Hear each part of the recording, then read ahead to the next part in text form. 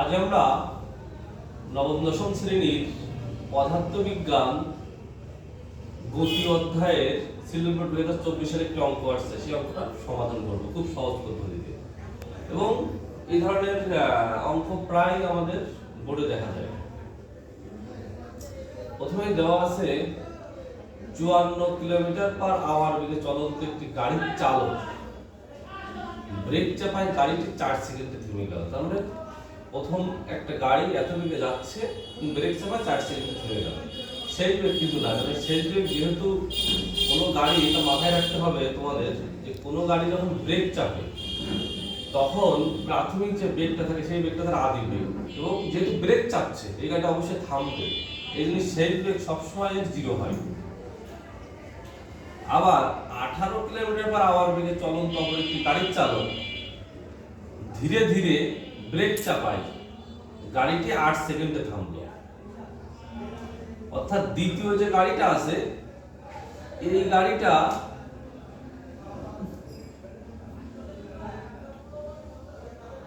এত বেগে যাচ্ছে এবং এটাও ব্রেক চাপে 8 সেকেন্ডে থামতেছে। তাহলে দুইটা গাড়ির দুই রকম তথ্য এখানে আছে।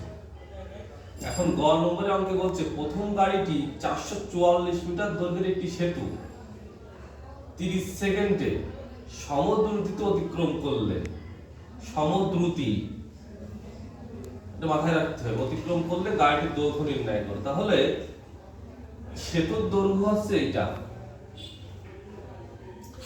গাড়ির দৈর্ঘ্য কিন্তু আমাদের বের করতে হবে। তা গ নম্বর অঙ্ক সমাধান করার সময় তোমরা একটু খেয়াল করো যে খুব সহজে এটা আমরা সমাধান করে ফেলতে পারি। ধরি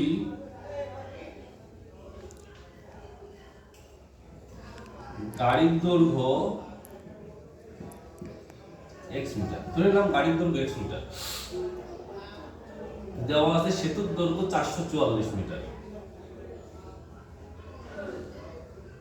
সেতুর দৈর্ঘ্য 444 মিটার। আচ্ছা, 30 সেকেন্ডে এই গাড়িটাও এই সেতুটা অতিক্রম করতেছে। 30 সেকেন্ডে এই যে x মিটার যে গাড়িটা ধরছি এই গাড়িটা কিন্তু সেতুটা অতিক্রম করছে। তার মানে একটু খেয়াল করো, একটা গাড়ি যদি কোনো একটা কিছু পথে যায়, এটা কিন্তু যদি এটা সেতু হয়, তাহলে সেতুটা যদি অতিক্রম করতে হয় গাড়িকে, তাহলে কিন্তু এখানে যখন গাড়ি আসবে তখন কিন্তু গাড়িটা সেতু অতিক্রম করতে পারবে না, গাড়ির নিজের দৈর্ঘ্যকেও কিন্তু গাড়িকে অতিক্রম করতে হয় সেতুটা অতিক্রম করার জন্য। এর জন্য মোট দূরত্ব হবে s = x + 444 মিটার। এটা হচ্ছে মোট দূরত্ব। এই দূরত্ব অতিক্রম করলে গাড়িটা সেতু অতিক্রম করতে পারবে, এই জন্য এটা হচ্ছে মোট দূরত্ব। আচ্ছা, এখন আমাদের এই গাড়িটার, এই প্রথম গাড়িটার আদি বেগ দেওয়া আছে, 54 কিলোমিটার/আওয়ার। এইটা যদি মিটার/সেকেন্ড আমরা করি তাহলে উপরে হচ্ছে 1000 গুণ কিলোমিটার থেকে মিটার হয়ে গেল, আর ঘন্টা থেকে সেকেন্ড করবো, তার মানে 60 গুণ 60 দিতে হয়। তাহলে এটা যদি আমরা ক্যালকুলেশন করি তাহলে 15 মিটার/সেকেন্ড আসে। আর সময় দেওয়া আছে t = 30 সেকেন্ড।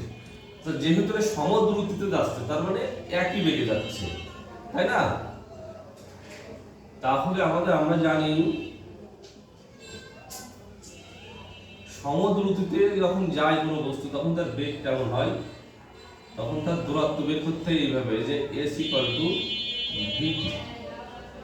আমাদের এখন বের করতে হবে গাড়ির দৈর্ঘ্য। তাহলে s এর মানটা কত এখন আমাদের? x + 444। আচ্ছা, এই আদি বেগটাই কিন্তু এই বেগ হিসেবে কাজ করবে। তাহলে তোমরা এখানে v লিখে দাও একবার, যে বেগ এত, যেহেতু একই বেগে যাচ্ছে। v এর মান হচ্ছে 15 আর t এর মান হচ্ছে 30। আচ্ছা, এইটা যদি ক্যালকুলেশন করা হয় আমাদের x + 444 3 × 45, x = 450 - 444। ইকুয়াল টু 6, অতএব গাড়ির দৈর্ঘ্য 6 মিটার। তাহলে আমরা পেয়ে গেলাম গাড়ির দৈর্ঘ্য 6 মিটার।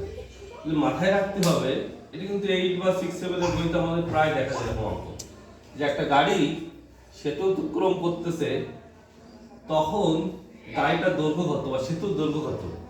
এটা সেতুর দৈর্ঘ্য দেওয়া আছে, গাড়ির দৈর্ঘ্য আমাকে ধরে নিতে হবে। এই দুটো যোগফল যেটা হবে সেইটা যখন এই গাড়িটা অতিক্রম করবে তখন সেতুটা অতিক্রম করা যাবে।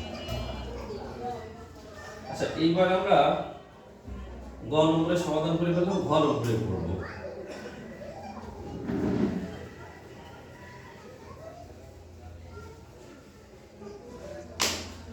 ঘ নম্বরে বলতেছে ব্রেক চাপার পর কোন গাড়িটি বেশি দূরত্ব অতিক্রম করবে।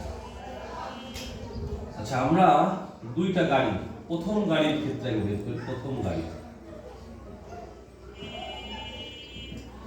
প্রথম গাড়িতে দেখা যাচ্ছে এত বেগে চলন্ত একটি গাড়ির চালক ব্রেক চাপায় 4 সেকেন্ডে থামতেছে। ব্রেক চাপায় 4 সেকেন্ড, তাহলে প্রথম গাড়ির ক্ষেত্রে আদি বেগ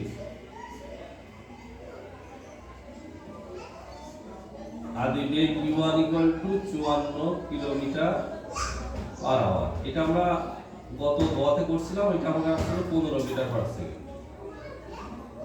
শেষ বেগ v1 0, কারণ আমি বলছি তখন কোন গাড়ি ব্রেক চাপবে তখন তার অবশ্যই থামবে না, এই জন্য শেষ বেগ 0। সময় t1 4 সেকেন্ড। এখন আমরা দূরত্ব বের করব। তাই দূরত্ব s এই সূত্র ব্যবহার করব, e1 v1 2 t1। e1 হচ্ছে 15, v1 0 আর t1 এর মান হচ্ছে 4। এটা ক্যালকুলেশন করলে হবে 30 মিটার। এই প্রথম গাড়ির পার্টটা কিন্তু আমাদের বের হয়ে গেল। এবার দ্বিতীয় গাড়ির ক্ষেত্রে আমরা বের করি। দ্বিতীয় গাড়ি, প্রথম গাড়ির পার্টটা আমরা যেভাবে করছি দ্বিতীয় গাড়ির সেম ভাবে। দ্বিতীয় গাড়ির আদি বেগ u1 18 কিলোমিটার পার আওয়ার। এটা মিটার পার সেকেন্ড করলে 5 মিটার পার সেকেন্ড আসে। আচ্ছা, এর পরবর্তীতে আছে শেষ বেগ। এটারও যেহেতু ব্রেক চাপা হচ্ছে, শেষ বেগ 0। সময় যেহেতু দ্বিতীয় গাড়ি u2 ব্যবহার করি, এটা v2 ব্যবহার করে, t2 ব্যবহার করি। এই t2 8 সেকেন্ড। তাহলে এখন দূরত্ব s2 u2 v2 2 t2। তাহলে এটা হচ্ছে 5 0/2 গুণ 8। এটা করলে আছে 20 মিটার। তাহলে বলেছে যে কোন গাড়িটি বেশি দূরত্ব অতিক্রম করবে। এখানে প্রথম গাড়ি 4 সেকেন্ড চলছিল, দ্বিতীয় গাড়ি 8 সেকেন্ড চলছে, কিন্তু এই গাড়িটা 4 সেকেন্ড বেশি চললেও দূরত্ব কিন্তু কম গেছে। তার মানে s1 বেশি দূরত্ব অতিক্রম করবে s2 থেকে। তাহলে এই যে সূত্রটা আমরা ব্যবহার করলাম, s1 s u v/2 এই সূত্রটা দিয়ে কিন্তু আমরা এই অঙ্ক